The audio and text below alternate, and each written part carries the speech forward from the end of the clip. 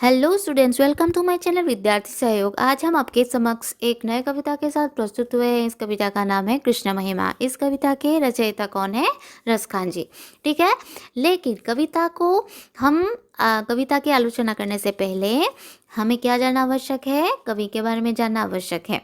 अगर कवि के बारे में हम नहीं जानेंगे तो हम कविता को अच्छे से समझ में हमें नहीं आएगा। इसीलिए हम थोड़ा बहुत कवि के बारे में आलोचना करने जा रहे हैं। ठीक है, तो देखिए, हिंदी साहित्य के कृष्ण भक्ति काव्य धारा के अंतर्गत सूरदास, कुंभनदास, परमानंद दास, कृष्णदास, नंददास, हित हरिवंश, मीराबाई आदि अनेकानेक कवि कवयित्री हुए।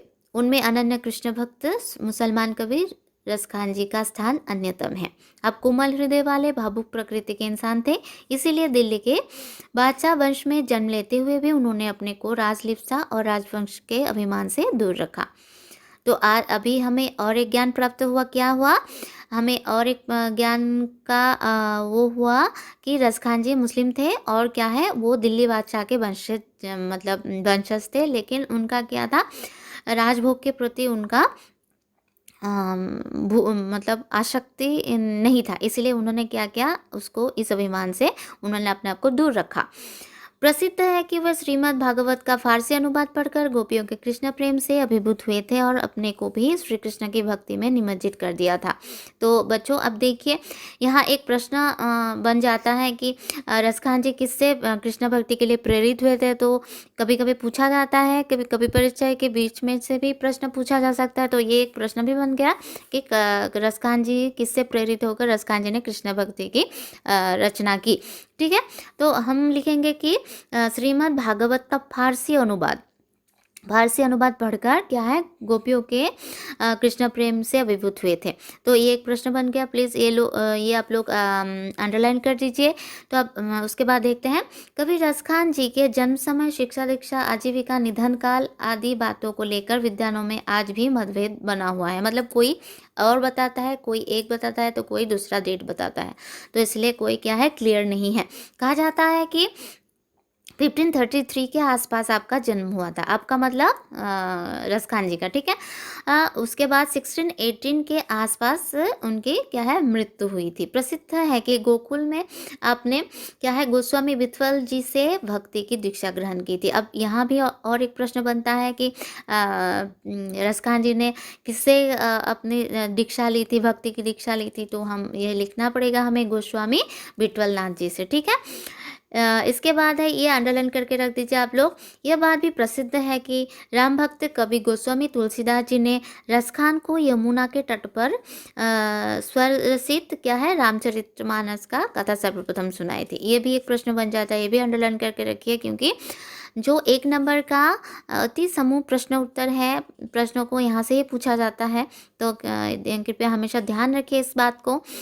अपने आराध्य से संबंधित सारे उपकरण और सभी स्थान जैसे गोकुल, गोवर्धन, ब्रज, वृंदावन आदि रसखान जी के अत्यंत प्रिय रहे हैं। क्योंकि ये कृष्ण जी से जुड़े हैं, तो रसखान जी इससे प्रेरित है और उनके लिए ये प्रिय है। तो अब हम क्या पढ़ेंगे कि रसखान जी ने क्या क्या रचनाएं की हैं, उनकी प्रामाणिक रचनाएं क्या क्या हैं। ठीक है, तो देखिए, प्रेम भक्ति के कवि रसखान की 4 रचनाएं प्रामाणिक मानी जाती हैं। उनकी 4 रचनाएं हैं। तो ये क्या है, देखिए, सुजान रसखान, प्रेम वाटिका, दान लीला और अष्टयाम।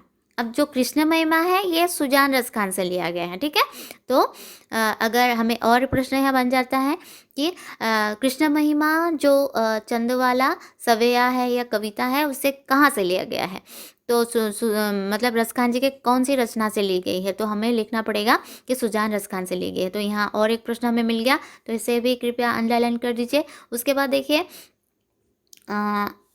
आपको काव्य भाषा आपकी काव्य भाषा क्या थी? साहित्यिक ब्रज थी। ठीक है, ब्रज भाषा से वो लिखते थे, जिसमें सहजता, मधुरता और सरसता सर्वत्र विराजमान है। तो ये है क्या, ब्रज भाषा सहज है, मधुर है, सुनने में भी कानों में मधुरता है। अगर कोई ब्रज भाषा बोले तो क्या होता है, कानों में मतलब अच्छा लगता है, सुनने में मीठा है।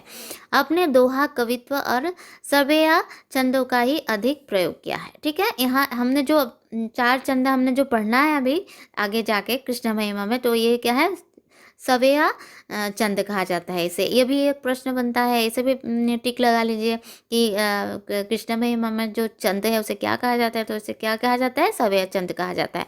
भावुक हृदय से बनी उनकी रचनाओं में भक्ति रस, प्रेम रस और काव्य रस तीनों भरपूर विद्यमान है। ठीक है, भावुक हृदय मतलब उनके वो इमोशनल है, भावुक हृदय, बहुत चिंतित रहते हैं, मतलब कोमल हृदय के हैं।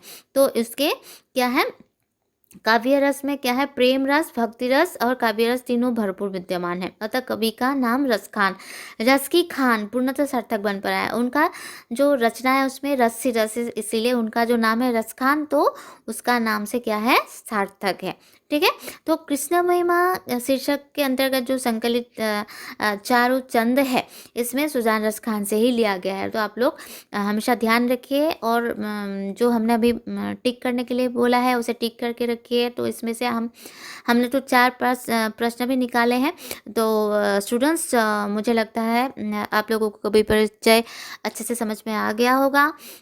तो अगर आप लोगों को मेरे साथ पढ़ना अच्छा लगता है, मेरे बातों को अच्छे से आप लोग समझ पाते हो, तो आप लोग मेरे जो विद्यार्थी सहयोग चैनल है उसे सब्सक्राइब कर दीजिए। उसके जो राइट साइड में बेल बटन है उसे दबा दीजिए। तो जो वीडियोस नए नए वीडियो आएंगे तो पहले नोटिफिकेशन आपको ही मिलेंगे।